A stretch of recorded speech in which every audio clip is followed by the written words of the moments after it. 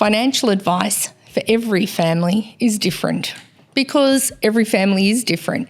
The legal advice that I may receive if I separate will definitely be different to the next person and the next person and the next person. None of us are going to receive the same advice. What we are going to receive is the same advice about what the court needs to do, the process that needs to be followed, and how we document an agreement. So some of the general, what I'm going to call general advice about how the court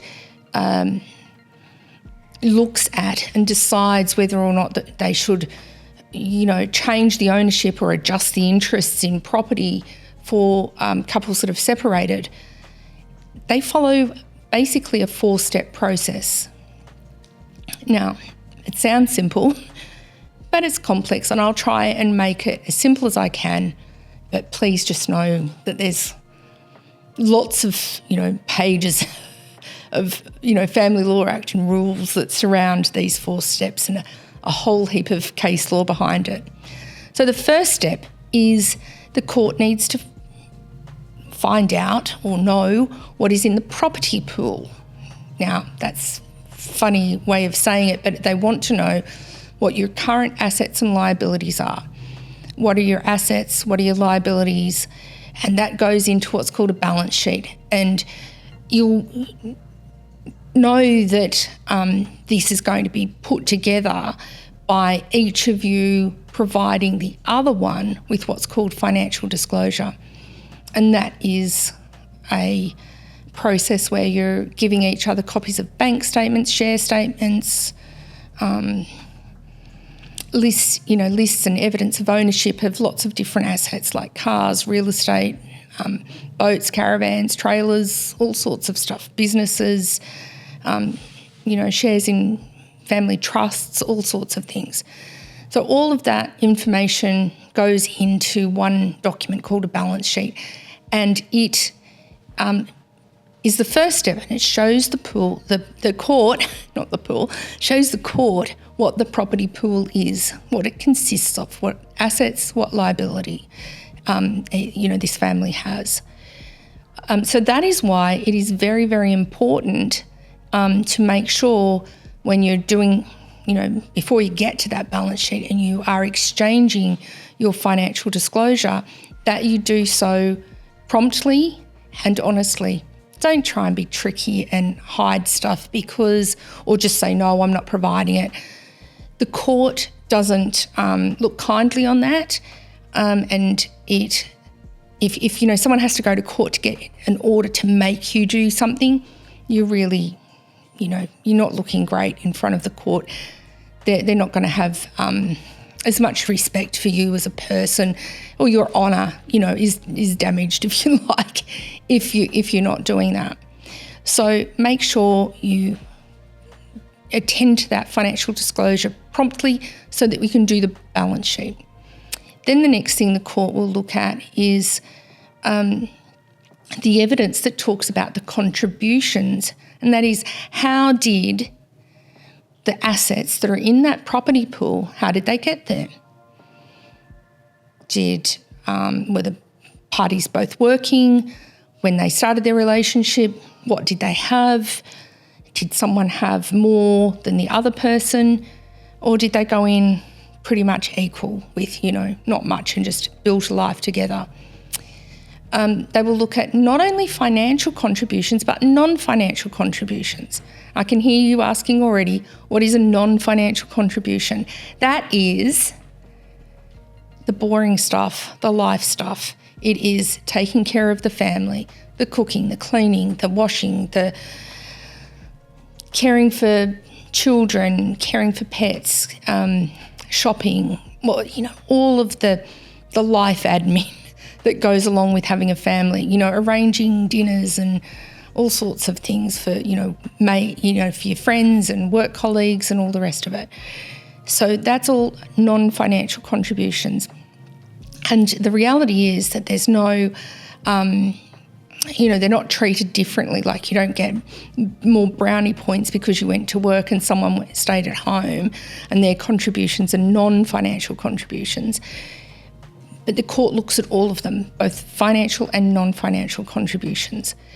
The next step is for the court to look at what we call future needs. And this is where the court looks at what each party needs moving forward. Do you have anything special that the court needs to take into account? The court will look at your health, your earning capacity, your age, your if you have a disability or you need to retrain, or if you've got care of a child, primary care of a child, and if that may or may not affect your work hours. I've got some clients who can't work full-time, as in 9-to-5 jobs, because they have children who have therapy in the afternoon, so they just can't. It's just not worth them working after school hours so that they can take the kids to those, different therapies and things. So all of that is taken into account. If someone earns less than the other, should that be taken into account? The court looks at all of those things. The fourth thing that the court looks at is whether or not, if they've made any adjustments for either contributions or future needs, if someone's put in more money or has higher needs, and the court said, okay, they need a little bit more, in their column, if you like. When the court stands back and looks at it from a distance, is it just and equitable? Now, just and equitable doesn't mean fair, like you or I would call, use the word fair. So if I'm using the word fair at home, I'm talking about if that chocolate cake is being cut up and divided, I want it to be cut up and divided so we all get the same size slice, right? That's what we use the word fair is, everybody gets an equal share. It doesn't work like that in family law. It's all based on contributions. What do we have? How did it get there?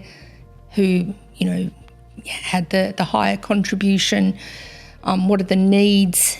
Are they higher or lower than somebody else's? So when the court stands back and looks at it, it means, when it's looking at everything, it looks at the proposed division of that property between the parties, and whatever decision they're making, will it result in a just and equitable distribution of that property between the parties?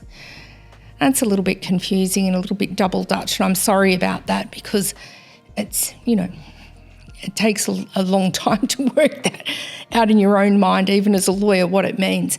But just, I suppose, for the point of this, it's not fair. We don't know two things. We don't start off at 50-50 and, the court will look at and then adjust. It doesn't do that. It looks at everything. How did it get there?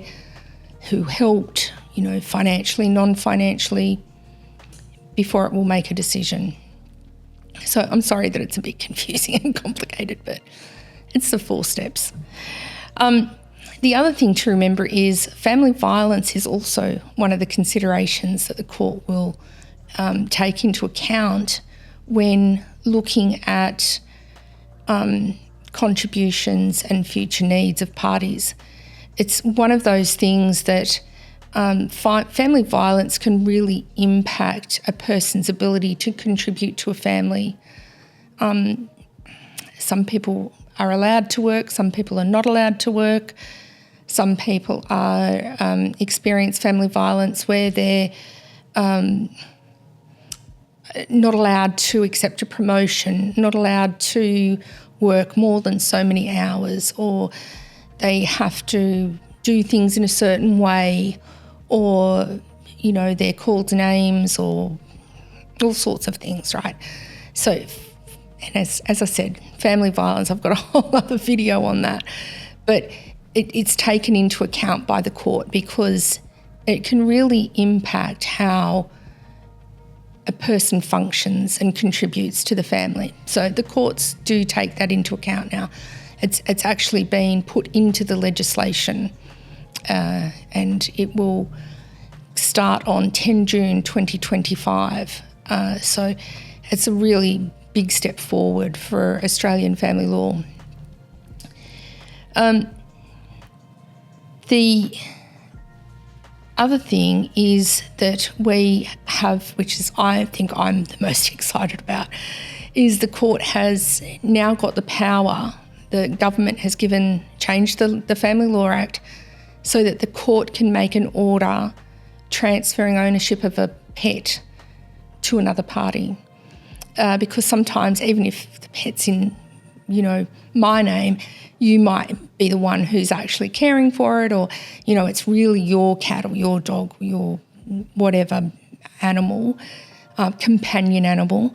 And it now, instead of me being nasty and keeping that pet away from you, and the court really had no power before to order the return of an animal to someone, it now does. So I'm very excited about that.